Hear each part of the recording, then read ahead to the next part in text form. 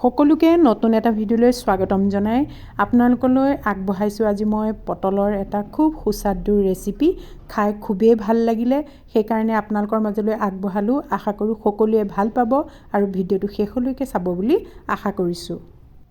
ইয়াত আছে 10-12টা মান পটল এই পটলখিনি ভালকৈ বাকলি গুচাই আৰু মাজে মাজে কাটি দিছোঁ কটাৰীখনেও আগ দি দিছোঁ যিখিনি কাটিছোঁ সেইখিনি ভালকৈ ধুই পানীত অলপ সময় ৰাখিলোঁ আৰু পানীৰ পৰা এতিয়া এইখিনি টুকি লৈছোঁ ইয়াতে মই আধা চামুচ হালধি আৰু আধা চামুচ নিমখ দি হাতেৰে খুব ধুনীয়াকৈ সানিম যাতে ইয়াৰ মাজত নিমখ আৰু হালধিবোৰ সোমাই যায় নিমখ আৰু হালধি যদি ভালকৈ সোমাই যায় তেতিয়াহ'লে পটলটো খাবলৈ খেৰখেৰীয়া নহয় কেৰাহীখনত জোখমতে তেল দিলোঁ আৰু এই গৰম তেলখিনিতে মই এতিয়া সানি লোৱা পটলকেইটা আধাতকৈও বেছি সিজাকৈ ভাজি ল'ম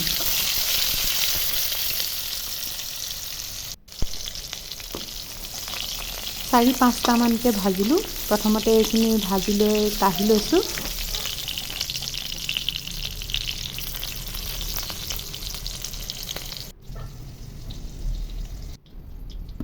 সেই একেখিনি তেলতে আকৌ বাকী থকা পটলকেইটাও এনেদৰে ভাজি ল'লোঁ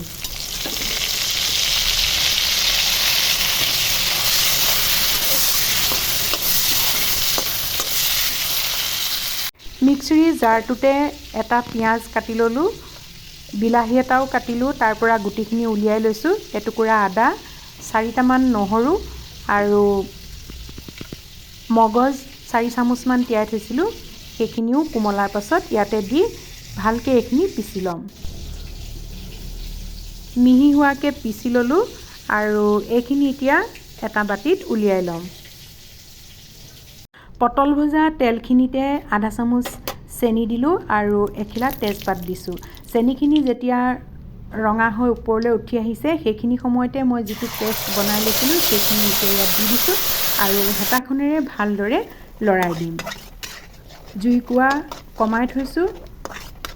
চেনি দিছোঁ কাৰণে লাগি যাব পাৰে এইফালে যিখিনি পটল সানি লৈছিলোঁ নিমখ হালধি দি তাতে আধা চামুচ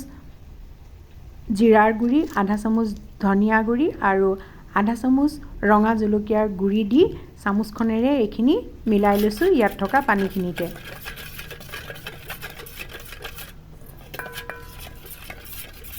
ভালদৰে মিলাই ল'লোঁ আৰু এতিয়া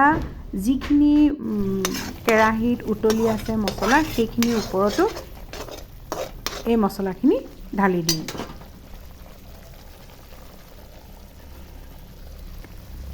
বাটিটোত অলপ মছলা ৰৈ গ'ল সেইকাৰণে ইয়াতে আৰু অকণমান পানী দি এইখিনি ভালদৰে উতলাই দিম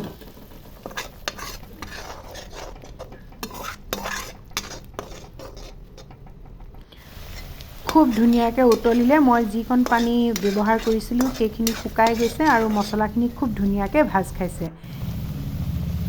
এতিয়া মই ইয়াত এবাটি গাখীৰ লৈছোঁ সেই গাখীৰ বাটি যোগ কৰিছোঁ গেছটো মই জুইকুৰা অলপ কমাই থৈছোঁ নহ'লে তলত লাগি যাব পাৰে আৰু হেতাখনেৰে ঘন ঘনকৈ লৰাই থাকিম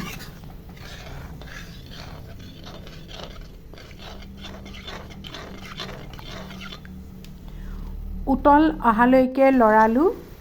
আৰু খুব ধুনীয়াকৈ উতলিছে এতিয়া ইয়াতে মই যিখিনি পটল ভাজি থৈছিলোঁ সেই পটলখিনি লাহেকৈ ঢালি দিছোঁ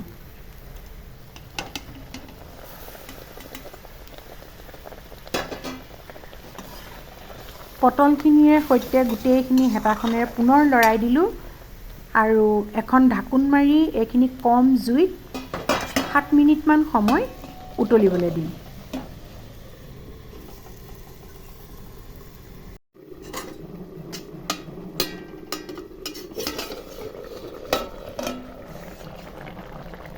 খুব ধুনীয়াকৈ উতলিছে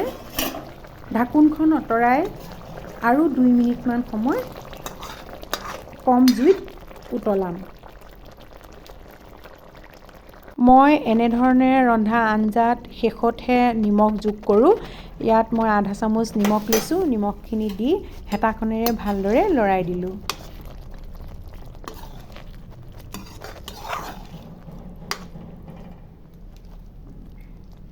শেষত আধা চামুচ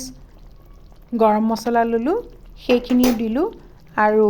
3টা জলকীয়া ফালি লৈছোঁ, কেঁচা জলকীয়া, সেই কেঁচা জলকীয়া 3টা ওপৰত দি দিছোঁ। এতিয়া হেতাখনেৰে গোটেইখিনি বস্তু ভালদৰে লৰাই দিম।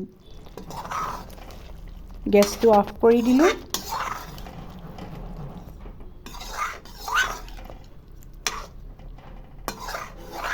পটলৰ বিভিন্ন ৰেচিপি আপোনালোকে ৰান্ধি খাইছে। আজি মই ৰন্ধা পদ্ধতিটো আপোনালোকে ৰান্ধি খাবচোন। খুব সোৱাদ লগা এটা ৰেচিপি। এতিয়া এইখিনি অন্য এটা পাত্ৰলৈ কাঢ়ি ল'লোঁ। মোৰ মছলা পটলৰ ৰেচিপিটো সম্পূৰ্ণ হ'ল। আশা কৰোঁ সকলোৱে ভাল পালে। যদি ভাল লাগিলে তেতিয়াহ'লে লাইক, কমেণ্ট আৰু শ্বেয়াৰ কৰিব। আপুনি যদি মোৰ চেনেললৈ নতুনকৈ আহিছে তেতিয়াহ'লে চেনেলটো ছাবস্ক্ৰাইব কৰিব। পুনৰ এটা নতুন ভিডিঅ' লৈ আপোনালোকৰ মাজলৈ আহিম। আজিলৈ সামৰিছোঁ। ধন্যবাদ।